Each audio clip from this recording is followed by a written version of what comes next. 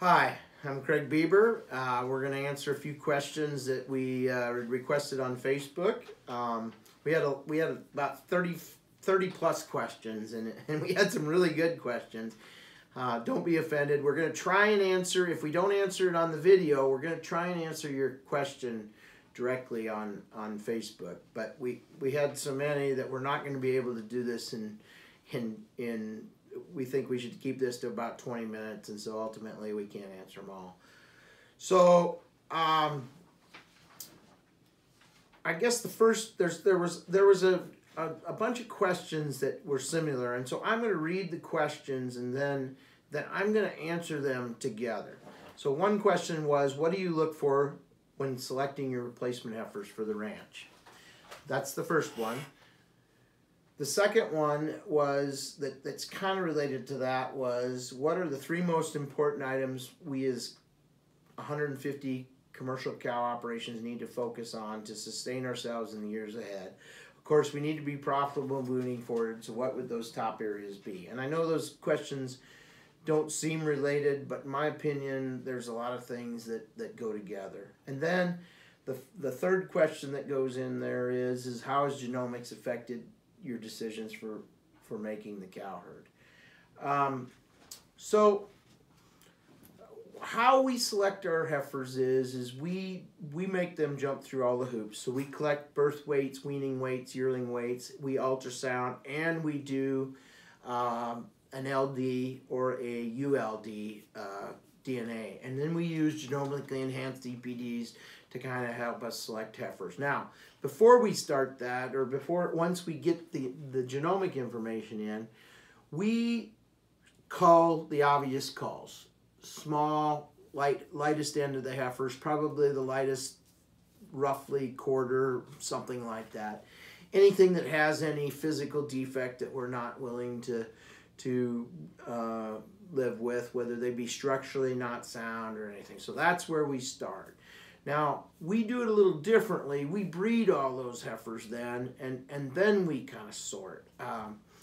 As we sort on phenotype, and we use genomically enhanced EPDs. Okay, so that's how we would sort our replacement heifers.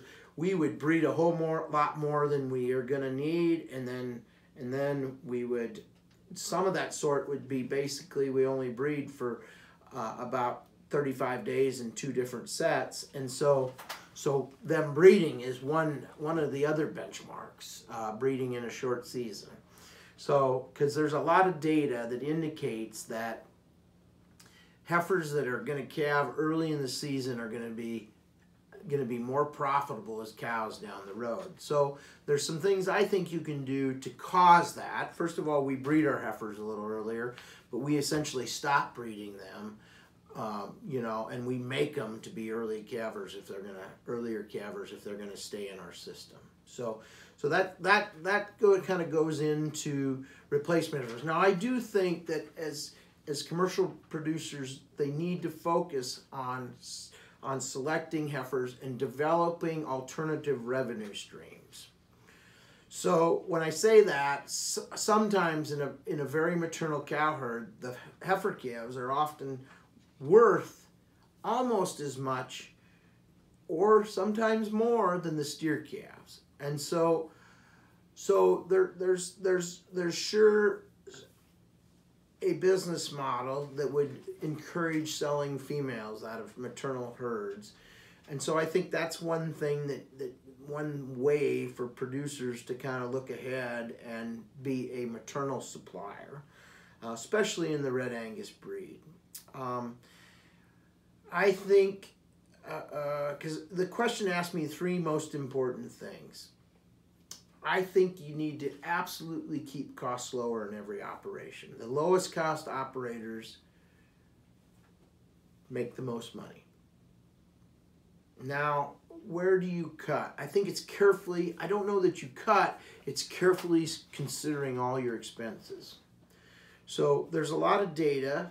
As a bull supplier, I love this one. They don't actually spend less on bulls, but they do. But they're careful about their considerations. And some of my most profitable commercial customers, I think they spend a lot of time on selection, and they believe in EPDs, and they find an EPD set that works for them. I mean, in our industry, sometimes we really mistrust EPDs, and I think they're more accurate than what we can be visually or phenotypically. And so I think we really need to have, I really push our customers to use EPDs and do a better job of focus selection. Figure out where you need to be in certain trade areas, and then stick to it. Don't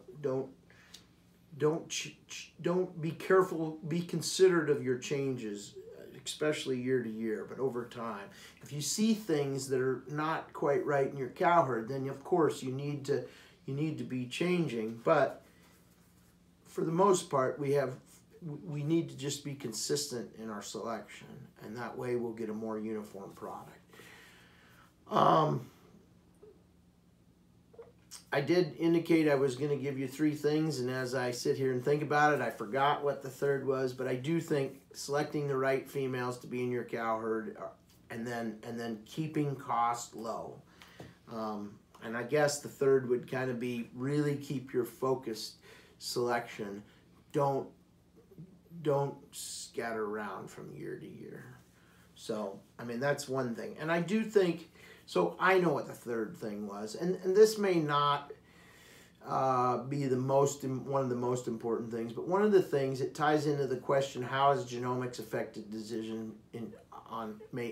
your decisions making on the cow herd? I think genomics has been big. I think we're just going to start to see the front end of this, because we've only been using it for about 8 to 10 years. I think that even commercial producers need to start considering, at the very least, DNAing your heifer calves. I would even say that it might be worth it on your cows if you were considering cutting your number of cows or something like that. We have a very good customer who's used DNA for, I would say, going on about 5 years, maybe it's 4 or 5 years. And a couple of years ago, he made the decision to use the DNA. He said, I saw some varying things, but he said, I'm just going to use the DNA and select the heifers. And he actually indicated to me that was the best set of females that he'd ever kept when he weaned the calves. So I do think that I think one needs to sure be looking at DNA. I don't know that you need to go in and use it whole herd, but I think using it on replacement heifers, and there's several different products there you could use. There is the Identity product. There's also the Red Navigator. I think it depends on what percentage your cattle are Red Angus, but the Identity product is a good product, and we are actually, one of the things will be coming up this spring, we are actually going to be a retailer for Identity products. We're going to be Bieber Identity, and essentially we're going to be helping customers DNA some of their cows to help them make better decisions. It'll do some other things too. We test our females. We'll be able to qualify for top dollar, which we think has had a big impact on marketing feeder cattle. So, what direction do you feel cattle? So the next question is, is what direction do you feel Red Angus cattle are moving on frame size on average? What frame size do you feel feedlots view as ideal? On the East Coast, it seems many breeders are moderating frame size more than the packer wants. I don't disagree with that. I think that, I'll tell you, I think about the old adage that a man I would consider a friend and mentor, Jim Bush from Bush Angus, said that if you keep them in the middle, they'll catch you on the way up and they'll catch you on the way down. I mean, we ultimately have not changed our goals much through the years. Probably in the 80s, we had a little bigger cattle. We felt we needed to moderate them. We did that. I don't know that we've made them any lighter, because the reality is that we probably moved the frame size down and made them thicker through the years. But I think somewhere in that 5 to 6 frame score. I always say my sweet spot is a little below a 6 frame score, you know, kind of a 5.5 to 5.8 is probably where I really like to see them. But you have to understand that you're going to have a bell-shaped curve within your genetic variation. And so you can always use a sire. In our situation, you can always utilize a sire in the right spot to get what you really want to as an end product. I do think that there's been a big push lately to maybe over moderate these cattle, and there's a quick way to do that. Just breed a lot less growth. I think the trick is to breed less mature size with the same amount of growth. I think that's where we have captured efficiencies in our industry over the past few years, is to really keep your mature size in check, or move it, put downward pressure on it, but not lose any of the growth, or maybe even increase weaning and yearling growth. Because ultimately, for a lot of our producers, they're selling calves at weaning or yearling. And so we need to keep those pounds the same, but yet moderate cow size. And so I don't disagree with this person's thoughts on whether we're moving them too small. It's human nature, and it's way the pendulum has always swung. We usually, you know, everybody's seen pictures of the cattle that look like elephants, and the cattle that were belt buckle high. And the truth is we swing back and forth. But I do think we're in a spot where we're going to try and find some equilibrium. I just don't think it's necessarily frame 3 cattle. I think somewhere from 4 to 5, between 4 and 6 is probably the spot to be, in my opinion. Next question. I hope I'm kind of answering every part of this question. It's a lot easier to do beforehand, but do you have any advice or opinions on what we as commercial cattlemen should do to ensure we're taking our operation the right direction when selecting the right replacement heifers? Is there anything or certain things you would caution us? Don't select for this, don't select for that, focus on selecting for more of this. Well, I think I really just kind of covered it. I mean, you know, we all have a tendency to go in and pick the biggest heifer cows. And the reality is we maybe should capture value on those. I mean, through the years, I will tell you that a lot of our elite females have come kind of out of the middle. Haven't necessarily come out of the top for weaning and yearling growth. And so we really think that the way to keep them more moderate is to make sure you select your females in a more moderate range. So sometimes what I would tell a guy to do is take the high performing heifers and sell them. Make sure you get plenty of premium out of them, and make sure you keep your heifers that are that moderate, that are going to be that frame, you know, 4.5 to 5.8 or in there. But I also believe strongly that this DNA is on the cusp of being extremely good and extremely helpful in making producers more profitable. So I guess that probably should have been lumped with my first 3 questions, but I got them a little out of order here. Next question. Can you explain how embryo calves out of the same bull and cow have different EPDs? Absolutely.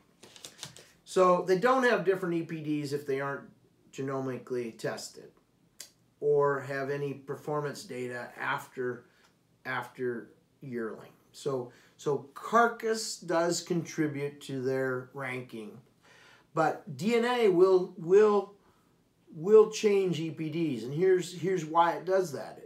I mean, you've seen 2 twin brothers who don't look very much alike. You've seen two full brothers in a family that don't look alike, and the DNA identifies directionally where their genes are for that. And I'll tell you a little story about 2 full brothers we had back in the 80s. Bieber Honest Abe and Bieber Honest Abe 2. Bieber Honest Abe, Leachman's bought. They bred him to heifers, and he was not a calving ease sire. He was absolutely as much growth as you could ever want for the time, but he was not calving ease. Consequently, we kept another natural service son. They were both natural sons, or born naturally out of the same cow. And he was actually, there was, I think at one time, they had a 10-point spread on birth weight. Full brothers, born in different years, should be the same genetics. Now, that isn't embryos, but I don't think embryos any difference. Way those chromosomes all line up, it's just going to be different. And so, consequently, those cattle are different. And if they have different EPDs, more than likely they're genomic. There's genomics involved or some performance data. And so, I think that one is easier than most people understand.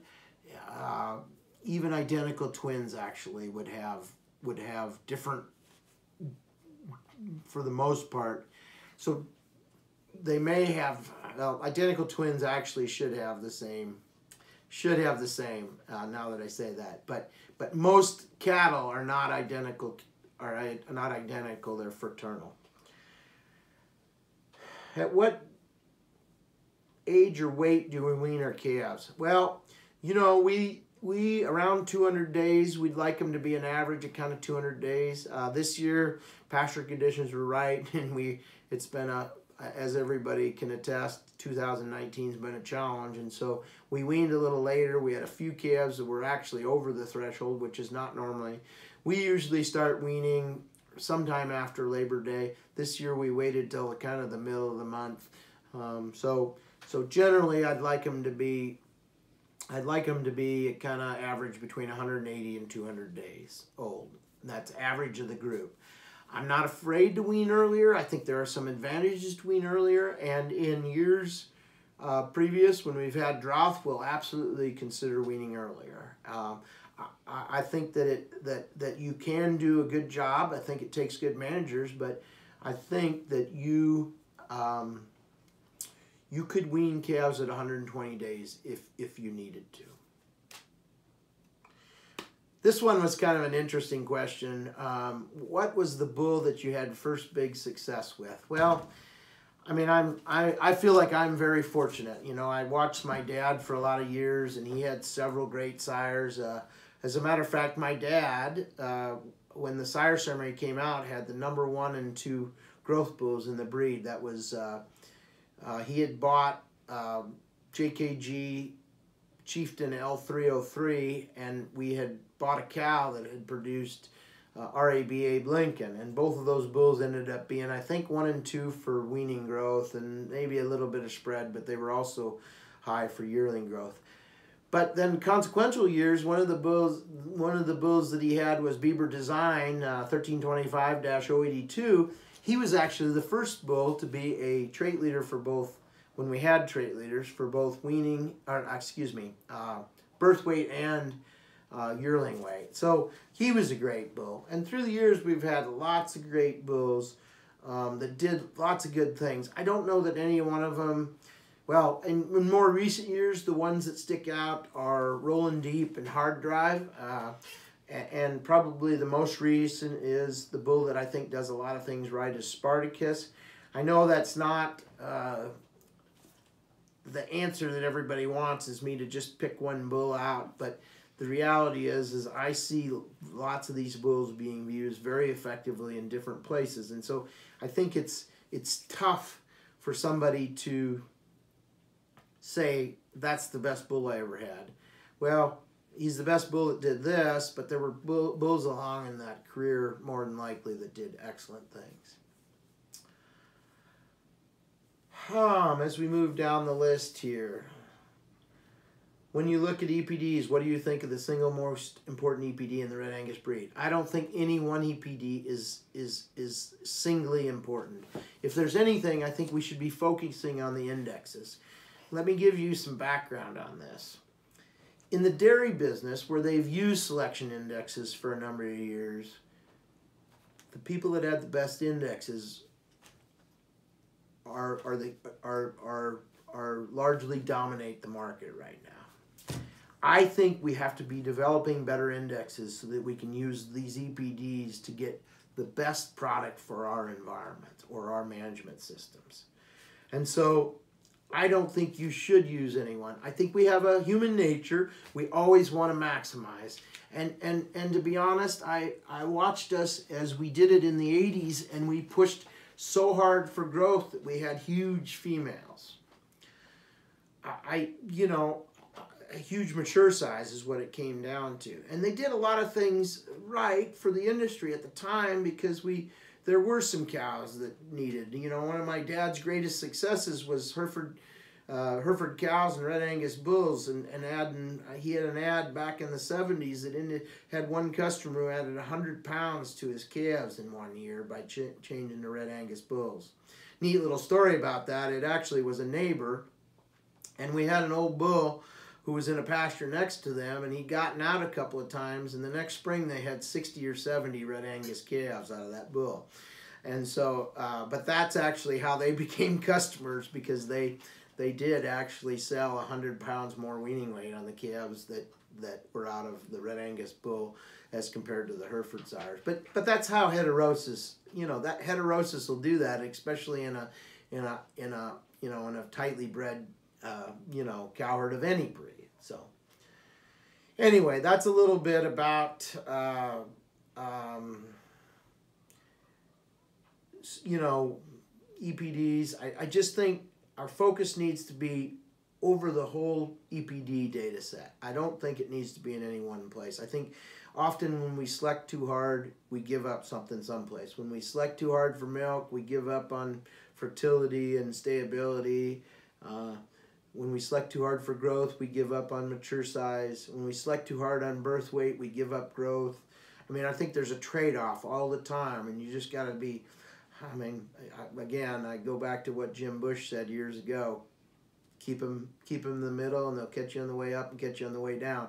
I do think we need to maximize or optimize for our environment is probably the better word. I think we are going to finish up here. I probably went on long enough. We did have one question from our winner. Brandon Hollingsworth was our winner of our drawing. He asked how we make our breeding decisions when matching up certain bulls to certain cows. So we use EPDs, average EPDs, and then I mean, we look at so ultimately it starts before we come to mating cows. We decide on a group of bulls to use, a group of sires. Now, one of our deals is we want to have lots of calves out of each sire that we use, or as many calves as we possibly can. My math says we need to have a minimum of 25 calves out of a bull. We don't always get that out of the cleanup sires, but out of AI sires, which every cow gets AI'd once here, we accomplish that and more. And I really think it's important to have proper representation within those contemporary groups. So that's one of the reasons I say we should have a minimum of 25 calves, and in an AI situation we breed at least 50 cows too. But you can do that even with a small herd. You just need to minimize the number of sires you're using. And so we decide what sires we're going to use, and then essentially we sit down and we use the mating EPDs available through the Red Angus website, and then in turn we think about the cows phenotypically. Between my staff, we have a pretty decent handle on every cow. At the very least, a lot of cow lines track along the same, and then we make decisions about which bull or which couple of options of the bull. And then we've actually left it up the last couple of years to the staff at the shoot AIing. I mean, we'll have, but we do limit. Like on heifers, we use 5 bulls when we're AIing. 5 bulls on 400 heifers. I'd even go down to 4, and then we have some cleanup sires after that. But all great questions. I wanted to thank you all for responding. If I did not answer your question on the video, or come close to answering your question on the video, I am going to try and answer them on Facebook and respond to you. Some of the answers might be kind of short because I don't type as well, but I do plan to try and answer you. So thanks again. I hope this was helpful, and we'll see you next time, probably in a month.